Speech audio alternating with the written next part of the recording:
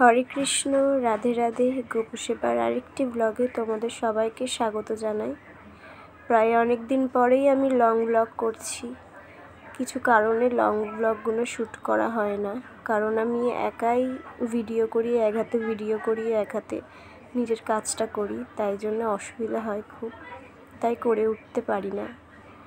আজকের গোপুদের জন্যে মুটুক বানাবো বলে আমি ফুল নিয়ে নিয়েছি। বৃহস্পতিবার বাবা বাজার দিয়ে ফুল নিয়ে চলে এসেছে, ওই ফুলগুলো নিয়েই তৈরি করব মাথার মুটুক।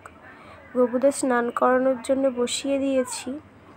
আর এই যে কিছু নিয়ে নিয়েছি ফুল, গাঁদা ফুল কুচো নিয়েছি, তুলসী পাতা নিয়েছি। এবার থালাটাকে হলুদ গাঁদা আর লাল গাঁদা দিয়ে সাজিয়ে দিলাম, আর একটা তুলসী পাতা দিয়ে দিলাম ওদের সামনে।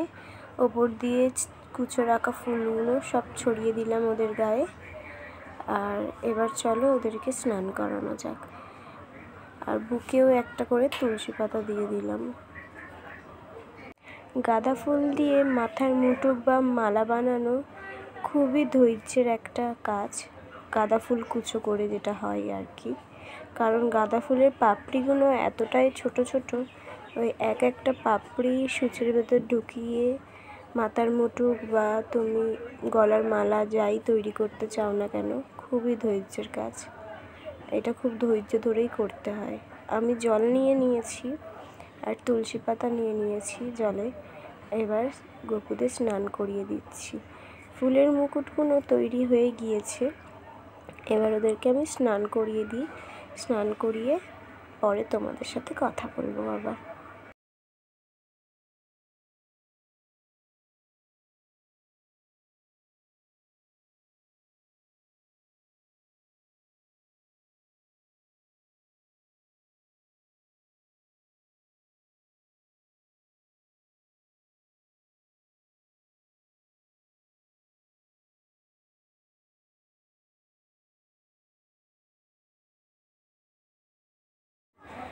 গোপুদের স্নান করানো হয়ে গিয়েছে, এবার ওদেরকে আমি একটু আদর করে নিচ্ছি।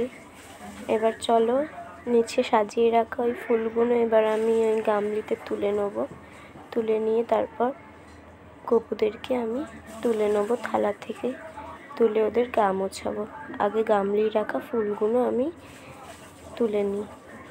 এই যে তুলে নিচ্ছি, ফুলগুলো প্রায় তোলা হয়ে গিয়েছে। এবার চলো গোপুদেরকে থালা থেকে তুলে নিয়ে ওদের গাটা মুছিয়ে নিই।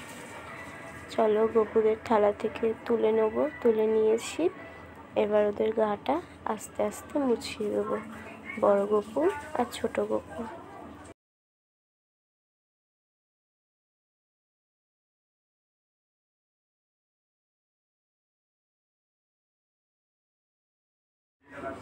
ওদের গা মোছানো হয়ে গিয়েছে, আর এই যে আরেকটা থালাতে বসিয়ে দিয়েছি। আজ আমি এখানেই ওদের সাজাবো, তারপর সিংহাসনে বসাবো। আজকের গোপু সাদা আর সবুজ জামাটা পরবে, যেটা লোকনাথ পুজোর দিন কিনে দেওয়া হয়েছিল। দেখো আমার গোপুকে কেমন লাগছে, তোমরা কমেন্টে নিশ্চয়ই জানিও, আর রাধে রাধে বলতে ভুলো না যেন। চলো এবার বড় গোপুকে সিংহাসনে বসিয়ে দিই আর ছোট গোপুকে থালায় বসাই।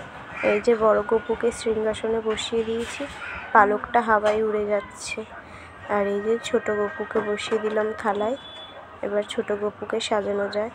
ছোট গোপুকেও সাদা জামা পরাবো, যেটা লোকনাথ পুজোর দিন কিনে দেওয়া হয়েছিল। এই দেখো ছোট গোপু, ওকে কেমন লাগছে কমেন্টে নিশ্চয়ই জানিও। রাধে রাধে বলতে ভুলো না যেন। সবাই মনে করে রাধে রাধে বলো কিন্তু।